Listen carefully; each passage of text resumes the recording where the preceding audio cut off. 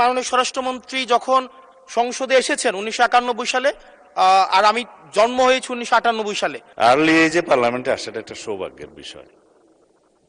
আমরা সবারই উজ্জ্বল ভবিষ্যৎ কামনা করি। এটাই হচ্ছে পার্লামেন্টারি কালচার। আমি বয়স যাই হোক, মাননীয় সংসদ সদস্য হিসাবে আমাকে অ্যাড্রেস করতে হবে।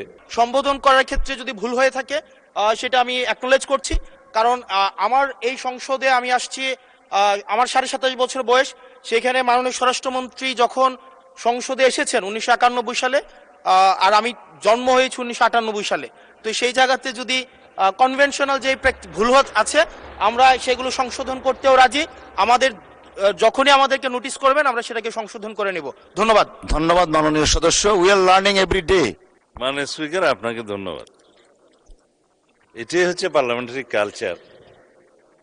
আমি বয়স যাই হোক, মাননীয় সংসদ সদস্য হিসাবে আমাকে অ্যাড্রেস করতে হবে যে সদস্য প্রশ্নটি উত্থাপন করেছেন। আর্লি এজে পার্লামেন্টে আসাটা একটা সৌভাগ্যের বিষয়।